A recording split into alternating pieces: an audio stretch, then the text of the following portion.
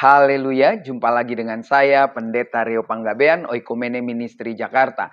Apa kabar saudara? Saya berharap saudara selalu berada dalam keadaan baik, sehat, penuh semangat, dan never give up. Jangan pernah menyerah, maju terus, jalani kehidupan kita di tahun 2025 dengan satu optimisme yang sangat luar biasa.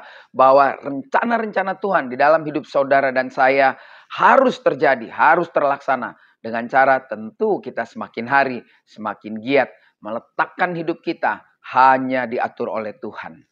Nah, bagian firman Tuhan hari ini mengingatkan kita bagaimana menjadi orang percaya dan bagaimana pertandingan hidup harus dijalankan dengan syarat-syarat yang sangat luar biasa yang Tuhan kasih tahu kepada kita, dan itu sebetulnya bukan syarat yang membuat kita jadi berat, beban, atau membuat kita jadi takut dan mundur atau mengundurkan diri menjadi orang percaya, tetapi harusnya semakin semangat. Ketika dalam pelayanannya, Tuhan Yesus pada saat-saat mulai memberitakan akan kematiannya, dia mengeluarkan satu statement yang sangat luar biasa. Statement itu terdapat di dalam Lukas pasal 9 ayat 23 yang berbunyi demikian. Katanya kepada mereka semua, setiap orang yang mau mengikut aku, ia harus menyangkal dirinya, memikul salibnya setiap hari dan mengikuti aku. Saudara, Tuhan Yesus dengan tegas mengatakan, kalau engkau mau mengikut aku, kepada orang yang hadir dan pendengar waktu itu, tentu sekarang pertanyaannya atau pernyataannya, kalau saya dan kalau engkau semua mau ikut Yesus, maka kita harus berani menyangkal diri. Menyangkal diri dalam bahasa khotbah saya bilang kita harus membunuh diri kita. Maksudnya bukan kita mati lalu taruh di liang lahat, tetapi membunuh manusia lama kita yang mungkin dulu kita hobi berbohong, takut menghadapi kenyataan hidup, lalu suka mendustai orang lain, bahkan gak bisa berdamai dengan diri sendiri, gak suka lihat orang berhasil atau maju,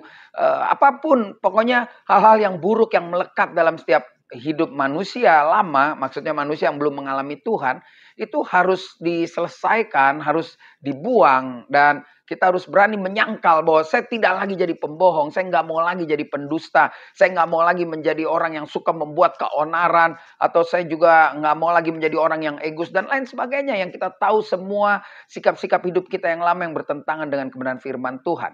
Lalu itu menjadi beban, nggak apa-apa. Tuhan Yesus bilang pikul aja beban itu. Pikul, dengan kata lain salib itu. Kenapa? Jangan pernah takut. Karena di bagian lain kan Tuhan Yesus bilang, ya bebanku itu ringan. Makanya ketika kita mau mematikan manusia lama kita, ketika kita mau menyangkal diri kita, mau merubah hidup kita sesuai dengan kebenaran firman Tuhan, yang perlu kita perhatikan adalah kita harus dengan rela melepas manusia lama kita dan membiarkan Kristus mengatur hidup saudara dan saya. Saya yakin kita semua bisa melakukan itu. Jangan tawar, jangan pakai kata tetapi Tuhan, jangan.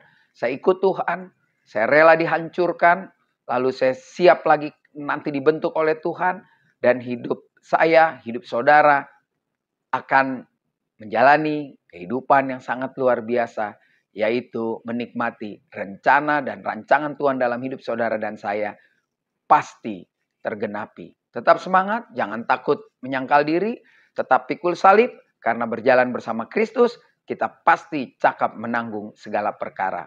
Saya Pendeta Rio Panggabean, Oikumene Ministry Jakarta. Sampai jumpa pada perenungan berikutnya.